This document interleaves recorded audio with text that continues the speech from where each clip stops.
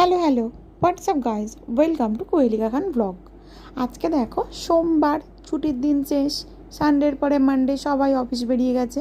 তো আজকে চলো আমার লাঞ্চ থালাটা শেয়ার করি। প্রথমেই নিয়েছি সাদা ভাত, প্রতিদিনের মতো সাদা ভাত নিয়েছি। আর নিয়েছি স্যালাডের মধ্যে রয়েছে শসা আর পেঁয়াজ, আর সাথে আমি নিয়েছিলাম একটা কাঁচা লঙ্কা। তোমরা কারা কারা স্যালাডের মধ্যে কাঁচা লঙ্কা খেতে ভালোবাসো অবশ্যই জানিও, আমার তো দুর্দান্ত লাগে। তো দেখো প্রথমেই নিয়ে নিয়েছি ভাত, স্যালাড আর কাঁচা লঙ্কা।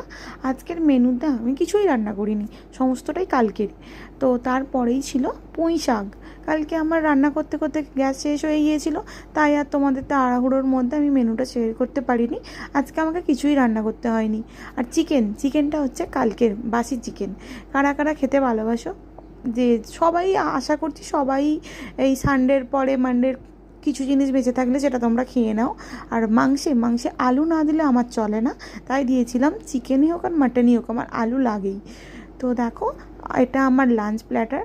তোমরা দুপুরে আজকে মানডেতে কী কী খেয়েছো অবশ্যই কমেন্ট করে জানিও। টাটা সবাইকে। ভিডিও ভালো লাগলে please like, share and subscribe করে দিও।